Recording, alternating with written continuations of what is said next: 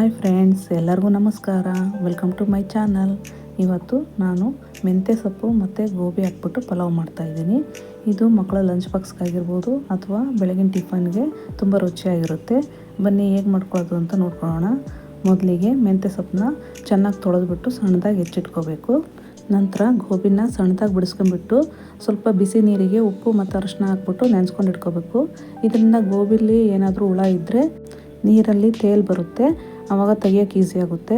ಅರ್ಧ ಬೌಲ್ ಬಟಾಣಿ ನೆನೆಸಿಟ್ಕೊಂಡಿದ್ದೀನಿ. 1.5 ಕಪ್ ಅಕ್ಕಿನ ತೊಳೆದ್ಬಿಟ್ಟು ನೆನೆಸಿಟ್ಕೊಂಡಿದ್ದೀನಿ. ಮಸಾಲ ರುಬ್ಕೊಳ್ಳೋದಕ್ಕೆ 5ರಿಂದ 6 ಹಸಿಮೆಣಸಿನ್ಕಾಯಿ, 1-2 ಗಡ್ಡೆ ಬೆಳ್ಳುಳ್ಳಿ, ಸ್ವಲ್ಪ ಪುದೀನ, 1 ಇಂಚಷ್ಟು ಶುಂಠಿ, ಸ್ವಲ್ಪ ಕೊತ್ತಂಬರಿ ಸೊಪ್ಪು ತೊಗೊಂಡಿದ್ದೀನಿ. ಅರ್ಧ ಬೌಲ್ನಷ್ಟು ಹಸಿ ಕೊಬ್ಬರಿ, 1 ಇಂಚು ಚಕ್ಕೆ, 5-6 ಲವಂಗ, 3 ಏಲಕ್ಕಿ, 1 ಪೀಸ್ ಚಕ್ರ ಮಗು, ಸ್ವಲ್ಪ ಕಲ್ಲುವು, 8ರಿಂದ 10 ಕಾಳು ಮೆಣಸು ತೊಗೊಂಡಿದ್ದೀನಿ. ಇವಾಗ ಒಂದು ಮಿಕ್ಸಿ ಜಾರ್ಗೆ ಎಲ್ಲ ಮಸಾಲೆ ಪದಾರ್ಥಗಳನ್ನ ಹಾಕ್ಕೊಂಡ್ಬಿಟ್ಟು ಪುದೀನ ಸೊಪ್ಪು, ಶುಂಠಿ, ಬೆಳ್ಳುಳ್ಳಿ, ಹಸಿಮೆಣಸಿನ್ಕಾಯಿ, ಕೊತ್ತಂಬರಿ ಸೊಪ್ಪು, ಹಸಿ ಕೊಬ್ಬರಿನೂ ಹಾಕ್ಬಿಟ್ಟು ನೀರು ಹಾಕ್ಬಿಟ್ಟು ನುಣ್ಣಗೆ ರುಬ್ಕೊಂಬರ್ಬೇಕು. ಇಷ್ಟು ನುಣ್ಣಗಾದರೆ ಸಾಕಾಗುತ್ತೆ.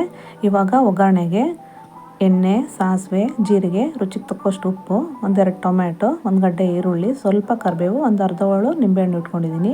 ಇವಾಗ ಗ್ಯಾಸ್ ಮೇಲೆ ಕುಕ್ಕರ್ ಇಟ್ಬಿಟ್ಟು ಎಣ್ಣೆ ಹಾಕ್ಕೋಬೇಕು. ಎಣ್ಣೆ ಕಾದ ನಂತರ ಜೀರಿಗೆ ಮತ್ತು ಸಾಸಿವೆ ಹಾಕ್ಕೋಬೇಕು. ಸಾಸಿವೆ ಚಟಪಟ ಸಿಡಿದ ನಂತರ ಕರಿಬೇವು ಮತ್ತು ಈರುಳ್ಳಿ ಹಾಕ್ಕೊಂಡು ಫ್ರೈ ಮಾಡ್ಕೊಳ್ಳಿ. ಈರುಳ್ಳಿ ಜಾಸ್ತಿ ಏನು ಫ್ರೈ ಆಗೋದು ಬೇಡ, ಸ್ವಲ್ಪ ಫ್ರೈ ಆದರೆ ಸಾಕಾಗುತ್ತೆ. ಈರುಳ್ಳಿ ಇಷ್ಟು ಫ್ರೈ ಆದ ನಂತರ ಟೊಮೆಟೊ ಸೇರಿಸ್ಕೊಂಡು ಸ್ವಲ್ಪ ಫ್ರೈ ಮಾಡ್ಕೊಳ್ಳಿ.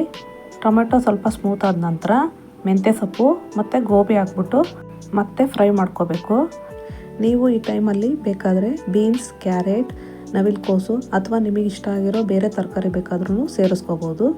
ಇಷ್ಟು ಫ್ರೈ ಆದ ನಂತರ ನೆನೆಸ್ಕೊಂಡಿರೋ ಬಟಾಣಿನೂ ಹಾಕಿ ಮಿಕ್ಸ್ ಮಾಡ್ಕೊಳ್ಳಿ. ನೀವು ಬೇಕಿದ್ದರೆ ಫ್ರೋಝನ್ ಬಟಾಣಿ ಅಥವಾ ಹಸಿ ಬಟಾಣಿ ಬರುತ್ತಲ್ಲ, ಅದನ್ನು ಬೇಕಾದರೂ ಸೇರಿಸ್ಕೋಬೋದು. ಸೇರಿಸ್ಕೊಂಡು ಚೆನ್ನಾಗಿ ಮಿಕ್ಸ್ ಮಾಡ್ಕೊಂಡ ನಂತರ ರುಬ್ಬಿರೋ ಮಸಾಲನೂ ಹಾಕ್ಬಿಟ್ಟು ಮಿಕ್ಸ್ ಮಾಡ್ಕೊಳ್ಳಿ. ಮಸಾಲ ಹಸಿ ವಾಸನೆ ಹೋಗೋವರೆಗೂ ಚೆನ್ನಾಗಿ ಫ್ರೈ ಮಾಡ್ಕೋಬೇಕು. ಮಸಾಲ ಚೆನ್ನಾಗಿ ಫ್ರೈ ಆದ ನಂತರ ತೊಳೆದಿರೋ ಅಕ್ಕಿನೂ ಸೇರಿಸ್ಕೊಂಡು ಮಿಕ್ಸ್ ಮಾಡ್ಕೊಳ್ಳಿ. ಎಲ್ಲ ಚೆನ್ನಾಗಿ ಮಿಕ್ಸ್ ಆದಮೇಲೆ ರುಚಿಗೆ ತಕ್ಕಷ್ಟು ಉಪ್ಪು ಹಾಕ್ಬಿಟ್ಟು ಇನ್ನೊಮ್ಮೆ ಚೆನ್ನಾಗಿ ಮಿಕ್ಸ್ ಮಾಡಿ. ನಾನು ಬೇಗ ಆಗಲಿ ಅನ್ನೋ ಕಾರಣಕ್ಕೆ ನೀರನ್ನ ಮೊದಲೇ ಬಿಸಿಗಿಟ್ಟಿದ್ದೆ. ನೀವು ಬೇಕಾದರೆ ತಣ್ಣೀರು ಸೇರಿಸ್ಕೋಬಹುದು. ಪಲಾವು ಸ್ವಲ್ಪ ಉದುರುದ್ರಾಗಿ ಬೇಕು ಅನ್ನೋರು 1 ಕಪ್ ಅಕ್ಕಿಗೆ 1.5 ಕಪ್ ಅಷ್ಟು ನೀರು ಹಾಕ್ಕೊಳ್ಳಿ. ಸ್ವಲ್ಪ ಮೆತ್ತಗೆ ಬೇಕು ಅಂದರೆ 1.25ರಿಂದ 2 ಕಪ್ ನೀರು ಸೇರಿಸ್ಕೋಬೋದು. ಚೆನ್ನಾಗಿ ಮಿಕ್ಸ್ ಮಾಡಿಕೊಂಡು ಈ ಟೈಮಲ್ಲಿ ನಿಂಬೆಹಣ್ಣು ಹಿಂಡ್ಕೊಂಡು ಇನ್ನೊಮ್ಮೆ ಚೆನ್ನಾಗಿ ಮಿಕ್ಸ್ ಮಾಡ್ಕೋಬೇಕು.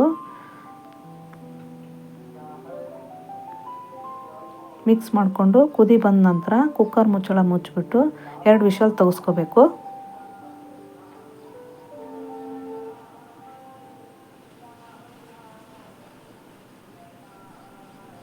ಇವಾಗ ಪಲಾವಿಗೆ ಕಾಂಬಿನೇಷನ್ ಆಗಿ ಮೊಸರು ಬಜ್ಜಿ ಮಾಡ್ಕೊಳ್ಳೋಣ. ಮೊಸರು ಬಜ್ಜಿ ಮಾಡ್ಕೊಳ್ಳೋದಕ್ಕೆ ಟೊಮೆಟೊ, ಈರುಳ್ಳಿ, ಕೊತ್ತಂಬರಿ ಸೊಪ್ಪು, ಮೊಸರು, ಉಪ್ಪು ತೊಗೊಂಡಿದ್ದೀನಿ.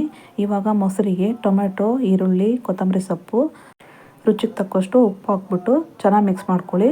ಇವಾಗ ಮೊಸರು ಬಜ್ಜಿ ರೆಡಿ ಆಯಿತು. ಇವಾಗ ಕುಕ್ಕರ್ ಮುಚ್ಚಳ ತೆಗೆದ್ಬಿಟ್ಟು ನೋಡೋಣ, ಚೆನ್ನಾಗಿ ಬೆಂದಿದೆ. ಇವಾಗ ಇನ್ನೊಮ್ಮೆ ಮಿಕ್ಸ್ ಮಾಡಿದರೆ ಬಿಸಿ ಬಿಸಿಯಾದ ರುಚಿಯಾದ ಮೆಂತ್ಯ ಮತ್ತು ಗೋಬಿ ಪಲಾವ್ ರೆಡಿ ಆಯಿತು. ನೀವು ಒಂದ್ಸಲ ಮನೆಯಲ್ಲಿ ಟ್ರೈ ಮಾಡಿಬಿಟ್ಟು ಹೇಗೆ ಬಂತು ಅಂತೇಳಿ ಕಮೆಂಟ್ ಮಾಡಿ ತಿಳಿಸಿ. ಇಷ್ಟ ಆದರೆ ಲೈಕ್ ಮಾಡಿ, ಶೇರ್ ಮಾಡಿ, ಸಬ್ಸ್ಕ್ರೈಬ್ ಮಾಡ್ಕೊಳ್ಳಿ. Thanks for watching.